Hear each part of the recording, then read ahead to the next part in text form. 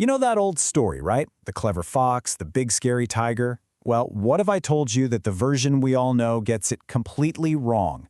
Today, we are diving deep into a power game that is way, way more complicated than any simple kid's fable.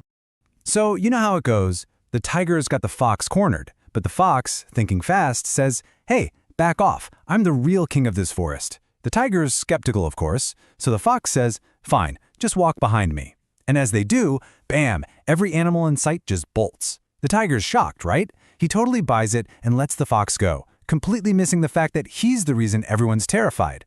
It's this classic tale of brains over brawn. But here's the thing, that simplicity, that's the real trick. But let's pause here, because this is where things get interesting. What if the tiger, this absolute symbol of raw power, wasn't a dope? What if he knew exactly what was going on? That he wasn't being fooled at all, but was actually a willing partner in this whole charade? That one little question, well, it changes everything. Okay, so to really get this, we have to dig into where this story actually came from. And spoiler alert, it wasn't some book of fairy tales.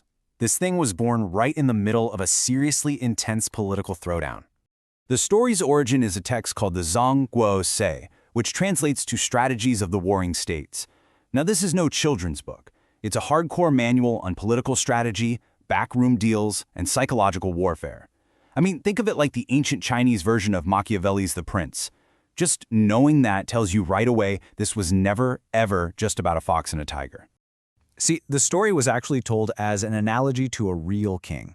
Here's the situation. You've got this king, and he's getting pretty nervous because his top general is getting, well, a little too popular. Other countries are more afraid of the general than they are of the king himself. Not a great look.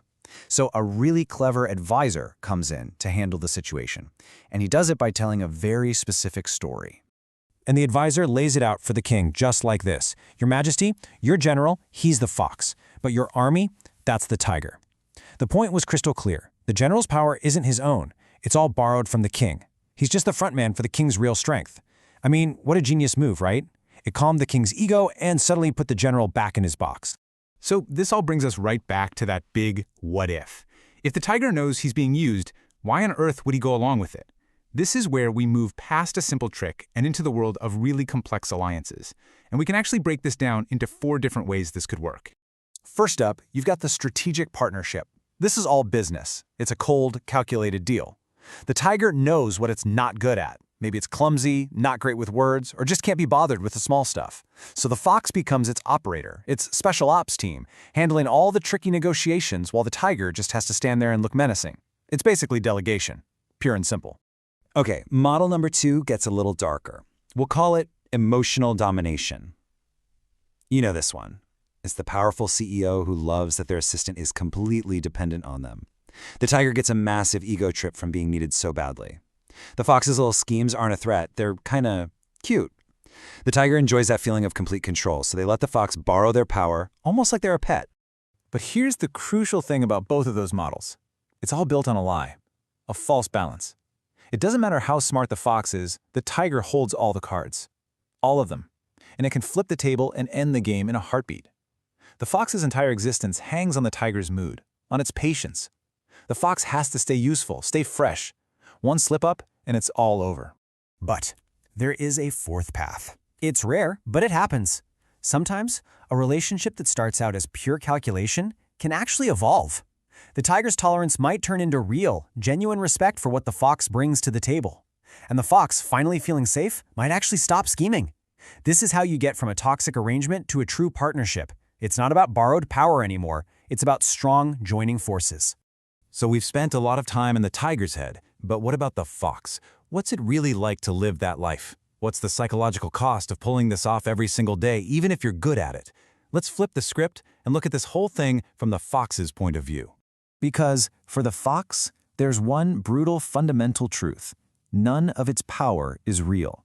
The status, the safety, it's all borrowed. And the interest on that loan, it's paid for with pieces of its own soul. I mean, the price the fox pays is huge. First, there's total platform dependency. Without the tiger, who is it? Nothing. It loses its own identity, becoming nothing more than an accessory, a plug-in. And this creates this gnawing, constant anxiety, the fear of being cast aside. True friendships? Forget about it. You can't build real connections when your whole life is an act. And that act, it is exhausting. It's a massive emotional burden, this constant performance just to survive. And this gets at two very different kinds of loneliness. The tiger might be lonely, sure, but it's the loneliness of being the king. It's lonely at the top, right? That's the burden of power. But the fox's loneliness is so much deeper. It's the isolation of a complete fake.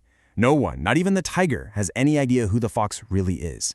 That's a whole other level of empty. When you really strip it all away, this entire dynamic comes down to one fundamental choice. A choice we all have to make in some form or another. Survival versus dignity. So which is it? Is the fox a genius resource integrator, smartly using its wits to get by, a master of the game? Or is it just a power parasite, a creature whose very identity has been wiped out, living at the mercy of another? The crazy part is, it's both at the same time. And that's the tragedy of the fox's life. The very thing that keeps it alive is the thing that's killing its soul. So, how can you spot the difference in your own life? How do you know if you're in a parasitic relationship or a healthy partnership? Well, it really boils down to three key things. In the toxic version, the power is totally one-sided, the whole thing runs on fear and calculation, and if it ends, it's absolutely devastating for the fox. But in a real partnership, the power is shared. You depend on each other. It's built on trust and respect. And the exit cost? Look, it would hurt for both people for sure, but they could both walk away and survive. You know, there's a reason this story has stuck around for more than 2,000 years. It's not because we're all fascinated by ancient politics. It's because, when you get right down to it, this story is about us. Think about it. The boss who gets all the credit for your ideas, but you desperately need their sign-off.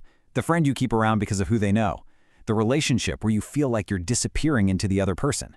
These fox and tiger games are playing out all around us, every single day. So the real question isn't about some old fable. It's about you. In the stories of your life, are you the fox or are you the tiger? And maybe the most important question of all is, do you even realize what game you're playing?